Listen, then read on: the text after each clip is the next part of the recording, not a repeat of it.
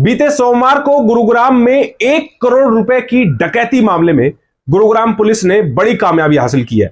इस पूरे मामले में डकैती करने वाले 6 लोगों को गुरुग्राम पुलिस ने गिरफ्तार किया है। दिखाएंगे आपको आगे कि कैसे गुरुग्राम में दिन दहाड़े 1 करोड़ रुपए की डकैती को अंजाम दिया गया।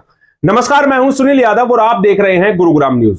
अगर आपको याद हो तो बीते सोमवार को गुरुग्राम के सुभाष चौक के पास एक कैश कलेक्शन जो गाड़ी थी उससे 1 करोड़ रुपए लूट लिए गए थे। इस पूरी वारदात को अंजाम देने के लिए एक गाड़ी का इस्तेमाल किया गया और इस गाड़ी पर फर्जी नंबर प्लेट लगाकर पहले कैश कलेक्शन जो वैन थी उसकी रेकी की गई 2 दिनों तक और उसके बाद सुभाष चौक के पास दिन दहाड़े इस पूरी वारदात को अंजाम दिया गया था।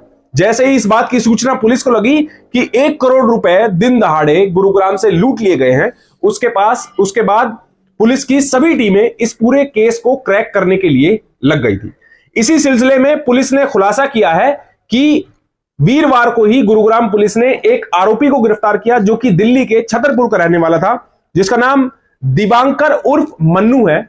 और बताया यह गया कि जिस गाड़ी में ये डकैत सवार होकर आए थे उस गाड़ी का ये ड्राइवर था। हालांकि उस गाड़ी पर भी इन लोगों ने फर्जी नंबर प्लेट लगाई हुई थी, लेकिन पुलिस ने तत्परता दिखाते हुए इस गाड़ी का असली नंबर पता किया और उसके बाद इस व्यक्ति को दिल्ली के छतरपुर से गिरफ्तार कर लिया।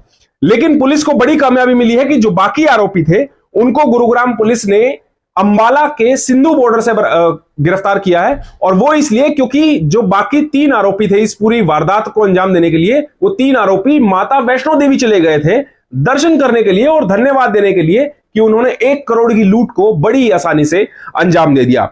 इस पूरे मामले में गुरुग्राम पुलिस ने 6 लोगों को गिरफ्तार किया है। इन 6 लोगों के नाम है नीलकमल, दिवांकर, गुलाब, जोनी, कुलबीर और जावेद। इनमें से 2 लोग, एक फरीदाबाद का और एक पलवल का रहने वाला है, जबकि बाकी 4 लोग सभी दिल्ली के रहने वाले हैं। जो इसमें मुख्य वजह निकलकर सामने आई है लूट की, वो ये कि जावेद नाम का जो आरोपी है वो दरअसल इसी कैश कलेक्शन कंपनी जो कि SNIB कंपनी है जिसकी ये वैन थी, उसी में पिछले साल काम कर चुका है। और काम भी केवल इसने 15 से 20 दिनों के लिए किया था, जिसके बाद इसको पूरी जानकारी हो गई थी कि आखिरकार ये वैन कहां से कैश कलेक्ट करती है और किस समय ये बैंक में इतना मोटा कैश जमा करने के लिए जाती है। इसीलिए इसने अपने बाकी साथियों के साथ मिलकर 7 अप्रैल और 11 अप्रैल को इस कैश वैन की रेकी की और 18 तारीख को इस पूरी वारदात को अंजाम दे दिया। अब गुरुग्राम पुलिस ने इन लोगों के पास से 2 कार बरामद की है। एक तो वो कार जिसमें इन्होंने पूरी वारदात को अंजाम दिया और एक ब्रेजा कार बरामद की है। इसके अलावा 4 मोबाइल फोन बरामद किए हैं, एक पिस्टल, 4 जिंदा कारतूस और लूटे गए 70,50,000 रुपए गुरुग्राम पुलिस ने बरामद कर लिए हैं। अब पुलिस का दावा है कि इस पूरे मामले में अभी 2 और आरोपी बाकी हैं जिनको गिरफ्तार किया जाना है, जिसके बाद इस पूरे मामले को सोल्व कर दिया जाएगा। गुरुग्राम की पुलिस कमिश्नर कला रामचंद्रन ने आज प्रेस वार्ता करके इस पूरे मामले की जानकारी दी है। आपको सुनवाते हैं कि क्या क्या इस लूट को रचने के लिए इन्होंने साजिशें की थी, क्या कुछ बताया है गुरुग्राम की पुलिस कमिश्नर ने, वो जरा आप सुनिए। हमारे यहाँ एक सुभाष चौक के पास मंडे को एक कैश वैन लूटी गई थी जिसमें around 96 lakh rupees were looted at gun point and after throwing chilli powder in the eyes of the driver and one more person who was sitting in the van. Now this cash van it used to collect money from T3, T1 from the parking and from various other places. Final इसका stop होता था Maruti Suzuki showroom और वहाँ से फिर cash collect करने के बाद ये HDFC बैंक में जाके जमा करती थी। अब इस बात को इन लोगों ने ऑब्जर्व करके रखा था and they had decided to loot this van on a Monday, क्योंकि मंडे को कलेक्शन ज़्यादा होता है, सैटरडे संडे का accumulation होता है। तो ये हमने अभी 6 लोग गिरफ्तार किए हैं। टोटल इन्वॉल्वमेंट इसमें 7 लोगों की थी। सबसे पहले जब ये वारदात हुई थी मंडे को, तो इन्होंने एक जो गाड़ी यूज़ की थी ऑल्टो कार, इन्होंने फेक नंबर प्लेट के साथ चलाई थी गाड़ी। And after intense investigation by our human sources through other technical support aids, we managed to find the actual number plate of that car and picked up the person who was driving the car on Thursday Friday की intervening night को उसको उठा लिया था और Friday को उसको court में पेश किया और उसकी हमको रिमांड मिल गई थी, 28 तारीख तक रिमांड है। जब उसको इंट्रोगेट किया तब पता लगा कि उसके साथ जो 4 और लोग थे गाड़ी में, उनमें से एक तो उसने हमको बताया था बिहार भाग गया है, now we are finding out he is from UP, और बाकी जो 3 थे वो कटरा चले गए थे माता के दर्शन के लिए।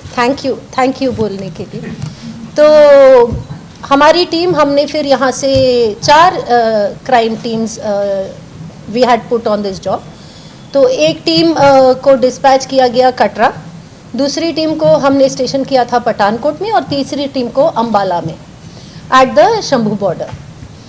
तो कटरा में जब तक हमारी टीम पहुंची थी तो ये लोग दर्शन करके वापस आके, अब हमको एग्जैक्ट पिन पॉइंट लोकेशन नहीं पता लग रहा था कौन सा होटल, और हमारी टीम जब तक उस होटल पे पहुंची ये चेकआउट कर चुके थे, कल 12 बजे ये चेकआउट कर चुके थे।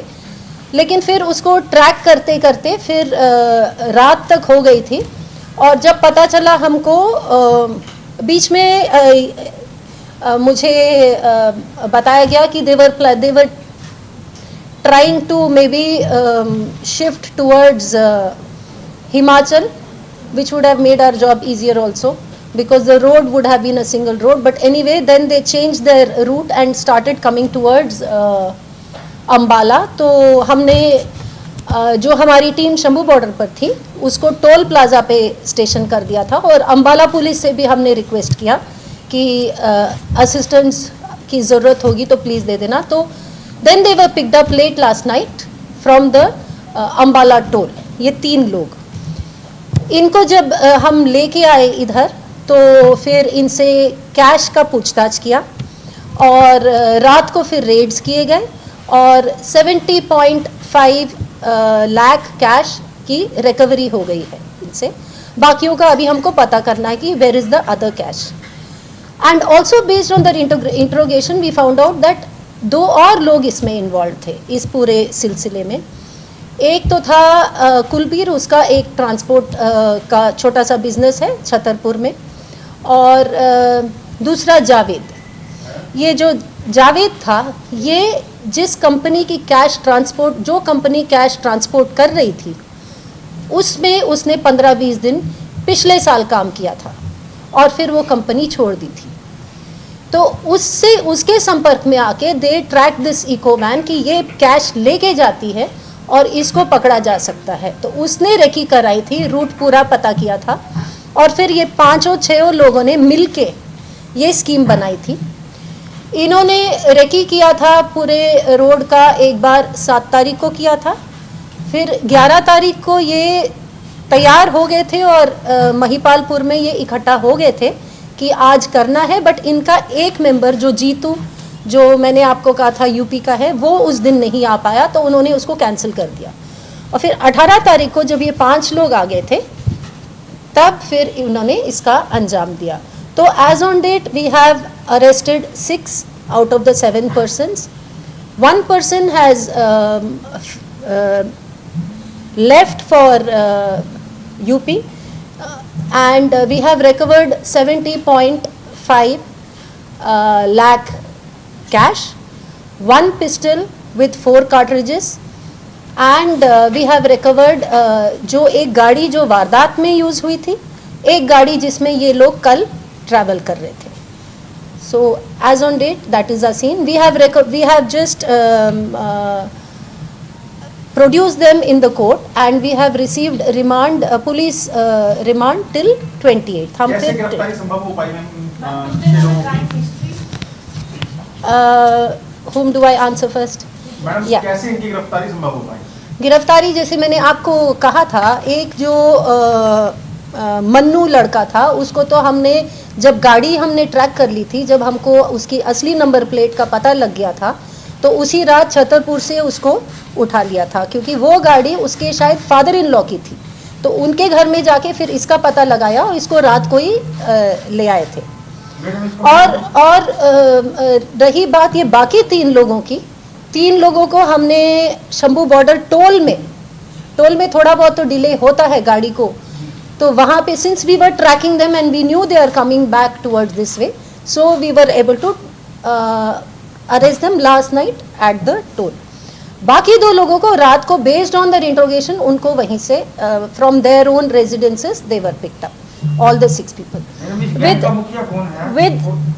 With reference to your question on the previous crimes, we have just got them, so we will be interrogating them and we will know. But जो इनका एक था नीलकमल, अभी नीलकमल, जो इनका नीलकमल था, he had been in Bhondsi jail in a attempt to murder case. दूसरा जो जीतू था जो यूपी का है वो भौंडसी जेल में था थेफ्ट केसेस में, और तीसरा जो लड़का है गुलाब था, he was in the same jail in a murder case. This is we have got from interrogation, we have to verify from the jail, और ये तीनों वहाँ पे मिले थे। बाकी जो नीलकमल, जो कुलबीर है जिसकी ट्रांसपोर्ट कंपनी है छतरपुर में, वो और नीलकमल जावेद ये बचपन से ही एक दूसरे को जानते थे।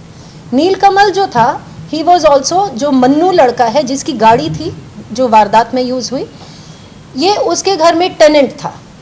तो ऐसे ये सारे 4-5 मिलके एक साथ बात करते रहते थे इसके नीलकमल के ये कुलबीर के ऑफिस में, तो इन्होंने फिर ये स्कीम बनाई। मैडम, गैंग का मुखिया कौन था और उस दिन राज्यपाल यहाँ पर आए हुए थे, चप्पे चप्पे पुलिस थी, और इनका साहस कैसे हुआ और इनके पास कितने हथियार संभावना है हो सकते हैं?